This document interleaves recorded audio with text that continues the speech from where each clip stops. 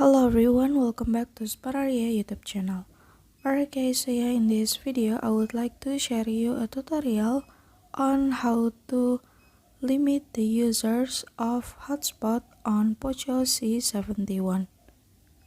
Alright guys, so yeah, for those of you, if you feel annoyed because too many devices are connected to your hotspot and causing your hotspot to become slow, don't need to be worried guys, because you can limit the users of your hotspot easily.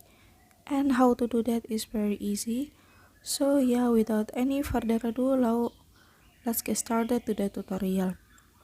Alright, the first thing first is now you can go to settings menu on your phone like this, and then now you can go to network and internet, and then after that now you can go to hotspot and tethering, and then after that now you can go to Wi-Fi hotspot menu and scroll down and go to more hotspot setting, and then after that now you can limit the max connection. I will change into 2, and then so yeah, here's the tutorial, and then thank you so much for watching.